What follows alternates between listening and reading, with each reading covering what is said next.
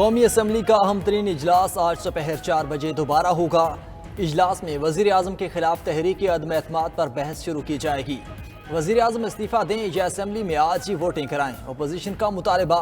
बहस शुरू होने के बाद एक हफ्ते के अंदर वोटिंग कराना ज़रूरी।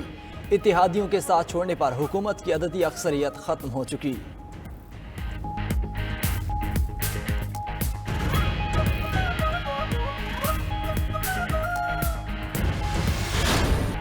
MQM से पार्टनरशिप भी टूट गई। कप्तान क्रीज पर अकेला रह गया। सबसे बड़ी इत्तेहादी जमात भी विफाकी हुकूमत से अलग। अपोजिशन के मुताबिक कौमी असम्बली में उसके अरकान की तादाद 175 से बढ़ गई है। मुत्तहिदा के अमीनुल हक और फरोग नसीम का वजारत से इस्तीफा। MQM राबिता कमेटी और पीपल्स पार्टी CEC की मुआहदे की तौसीक। MQM क़यादत का अपोजिशन से मुआहदे का मुश्तरका प्रेस कॉन्फ्रेंस में ऐलान।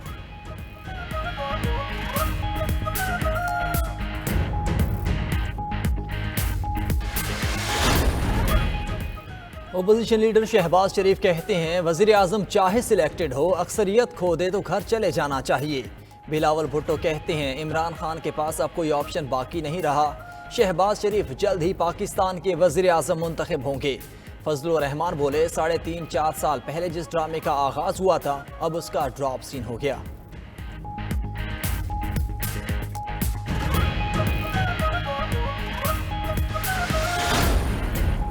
सियासी ग्राउंड में फील्ड सेट करने पर कप्तान के सलाह मशवरे। वज़ीर आज़म ने सियासी कमेटी का इजलास आज फिर तलब कर लिया। इजलास दिन 12 बजे वज़ीर आज़म हाउस में होगा। तहरीक अदम एतमाद और सियासी सूरत हाल पर तबादला ख्याल होगा। इजलास में हुकूमती लाहे अमल पर भी मुशावरत होगी।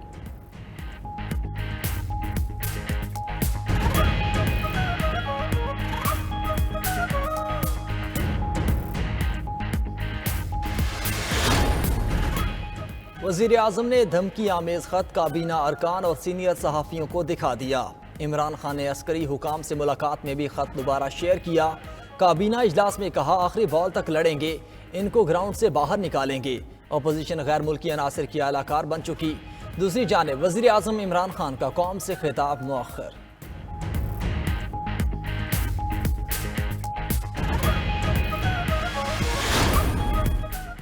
खुफिया खत साबिक सफीर असद मुजीद ने अमरीकी नायब वज़ीर ख़ारजा से मुलाकात के बाद दफ्तर ख़ारजा को भेजा। खत में तहरीक अदम एतमाद का बार बार तस्करा, सख्त जुबान इस्तेमाल की गई। लिखा गया तहरीक अदम एतमाद नाकाम हुई तो पाकिस्तान को संगीन नताइज भुगतना होंगे। तहरीक अदम एतमाद कामयाब हो तो सारे गुनाह माफ कर दिए जाएंगे।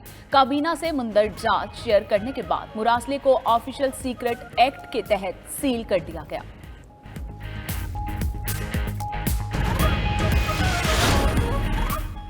इस्लामाबाद हाई कोर्ट ने वज़ीर आज़म को खुफिया मालूमात अफशा करने से रोक दिया।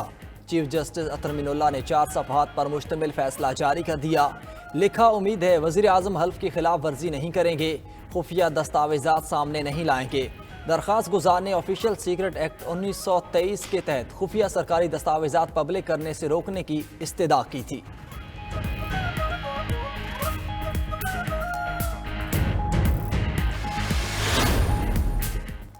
धमकियां मेज खत का मामला, हुकूमत का ऑन कैमरा इजलास बुलाने पर गौर। स्पीकर कौमी असम्बली असद कैसर ने हिसास खत के बारे में पार्लिमानी लीडर्स को ऑन कैमरा इजलास की दावत दे दी।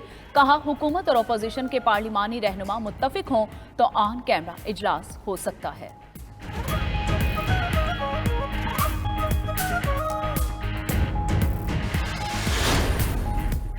वज़ीर आज़म की अस्करी क़यादत से 2 मरतबा मुलाकात हुई। वज़ीर आज़म और आर्मी चीफ की मुलाकात में कोई इस्तीफ़ा नहीं मांगा गया। वज़ीर आज़म इमरान खान इस्तीफ़ा नहीं देंगे, आखिरी गेंद तक खेलेंगे। वफाकी वज़ीर इत्तलात फवाद चौधरी की मीडिया से गुफ्तगू। बोले लग रहा है हम कमज़ोर हैं लेकिन हम कमज़ोर नहीं, गेम पलटेगी। शहबाज गिल बोले इमरान खान को सॉफ्ट सिग्नल काफ़ी दिनों से मिल रहे थे कि आप हमें पसंद नहीं।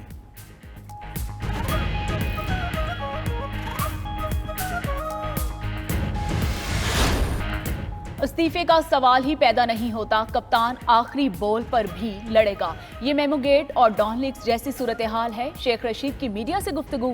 फैसल जावेद कहते हैं धमकी आमेज खत पाकिस्तान पर हमला है। वजीर आजम सामने ले आए तो अपोजिशन तबाह हो जाएगी। कौम को खुशखबरी हो, हम 100% जीत चुके।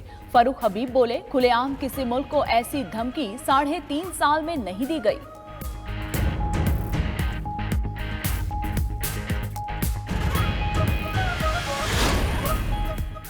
सिंध हाउस में मुत्तहिदा अपोजिशन का इजलास, PTI के 22 मुनहरिफ अरकान भी शरीक हुए। इजलास में आमिर लियाकत, जवेरिया जफर और फवाद चौधरी के कज़न फरुख अल्ताफ भी मौजूद थे। मुत्तहिदा अपोजिशन को कौमी असम्बली में 196 अरकान की हिमायत हासिल हो चुकी। गवर्नर इमरान इस्माइल भी सिंध हाउस जा पहुँचे। उनके आते ही अपोजिशन अरकान सिंध हाउस से चले गए।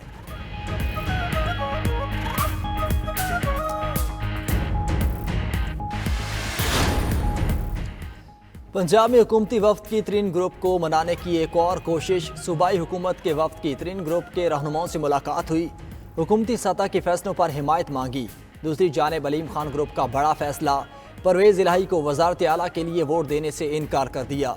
तहरीक इंसाफ के हम ख्याल चीना ग्रुप का भी वज़ीर आला के उम्मीदवार परवेज़ इलाही पर तहफ़्फ़ुज़ात का इजहार।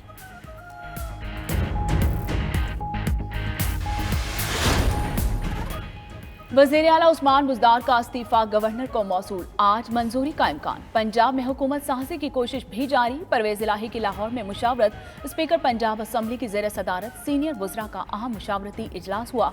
परवेज़ इलाही से नून लीग के मुनहरिफ अरकान गयासुद्दीन, फैसल नियाजी और अशरफ अंसारी की भी मुलाकातें।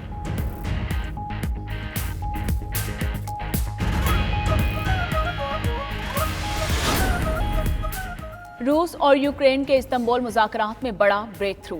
रूस ने फौजी कार्रवाइयों में कमी का ऐलान कर दिया। रूसी वज़ीर ख़ारजा का कहना है कि यूक्रेन क्रीमिया और दुनबास खित्ते से दस्तबरदार होने पर तैयार हो गया। गैर जानिबदार रहने की भी यकीन दहानी करा दी। यूक्रेन ने पहली बार रूस के मुतालिबात को तस्लीम कर लिया। दूसरी जानिब जॉर्जिया के इलाके जनूबी एशिया का भी रूस में शामिल होने का इंदिया। सदर का कहना है कि रूस में शामिल होने के लिए जल्द कानूनी मरहला मुकम्मल कर लेंगे।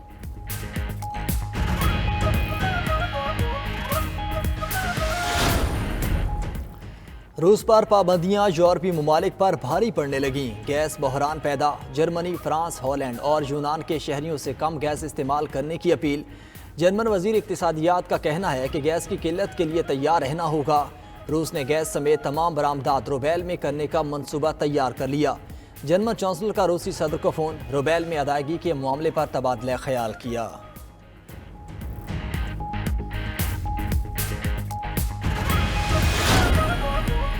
रूस यूक्रेन मुज़ाकरात में मुस्बत पेशरफ से खाम तेल की कीमतों में कमी। बरतानवी ब्रांड खाम तेल सस्ता होकर $112 फी बैरल का हो गया। अमरीकी WTI की कीमत में भी कमी, फी बैरल कीमत $160 record.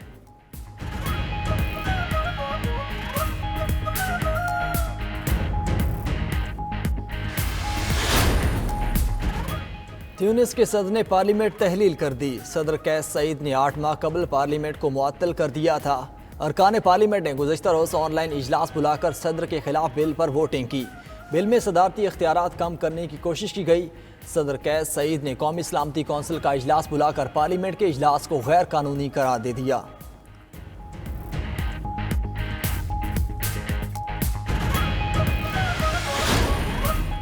Army chief general Qamar Javed Bajwa का कोर हेडक्वार्टर्स पेशावर का दौरा। ISPR के मुताबिक आर्मी चीफ को सिक्योरिटी सूरत हाल और नए जब्त-शुदा अजला में तरक्याती कामों की बेशतरफ पर भी ब्रीफिंग दी गई। और पाक ऑस्ट्रेलिया वनडे सीरीज का दूसरा मैच आज खेला जाएगा। कौमी टीम आज का मैच जीत की सीरीज में वापस आने की कोशिश करेगी। ऑस्ट्रेलियाई स्क्वाड के दोबारा होने के वाले कोरोना टेस्ट मनफी आ गए। वनडे के ताज़ा रैंकिंग भी जारी। बाबर आजम की पहली पोजीशन बरकरार। इमाम उल हक टॉप 10 में आ गए।